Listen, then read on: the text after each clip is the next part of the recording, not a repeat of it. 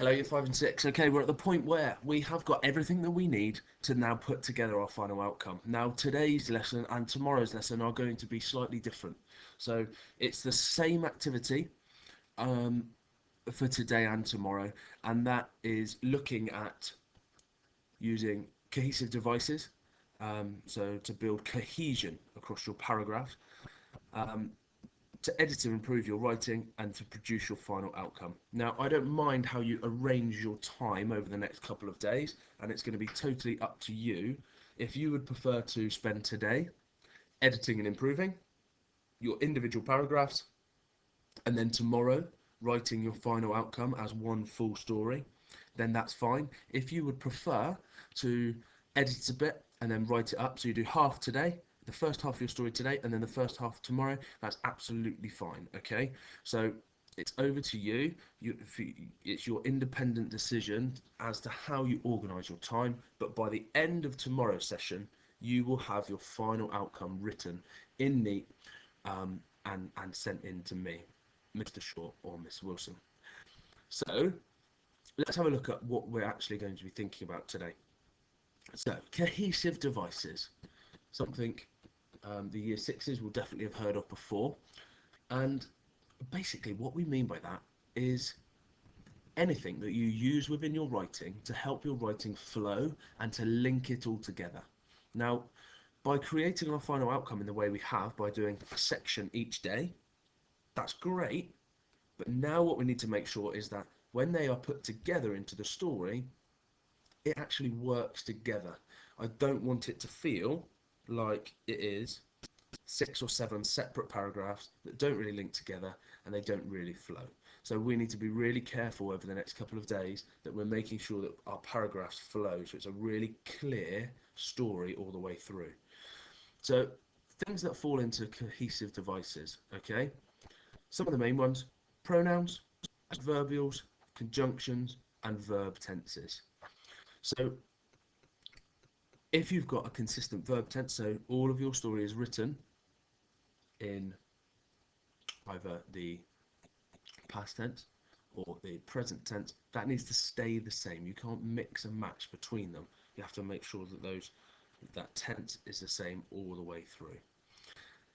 Now, there's a short video, and again, I'll post this link into Class Dojo so you can follow the link straight through and watch this video about cohesive devices. It's really clear about what they are. Now, you will have used these in your writing already, so it's not something new that you're adding in. You're just checking that they're there and checking that it works between the paragraphs. So within each of your paragraphs, it will really flow because you wrote the paragraph all in one day, all together. What we need to now make sure is that those paragraphs link together and flow as one story, one piece of writing. So I've got you some word mats here. Some of these will not be relevant, but others you may want to pick up. So lots of these time ones, okay, you might be able to put in some of these adverbials or conjunctions that are there. So flick back to these, use them as you want. Now, the only other thing that we do need to mention is the end of your story. Now, this is where I left my piece of writing yesterday.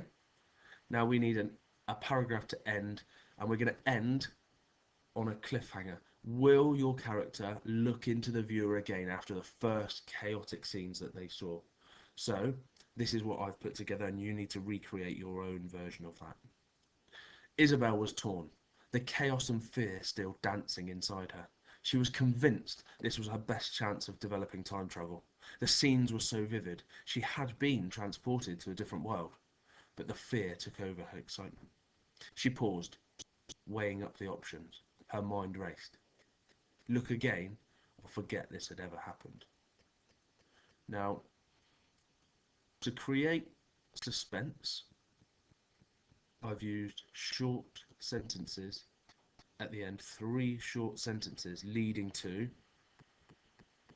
a final sentence using ellipsis at the end to highlight to the reader that my character's in a very difficult position.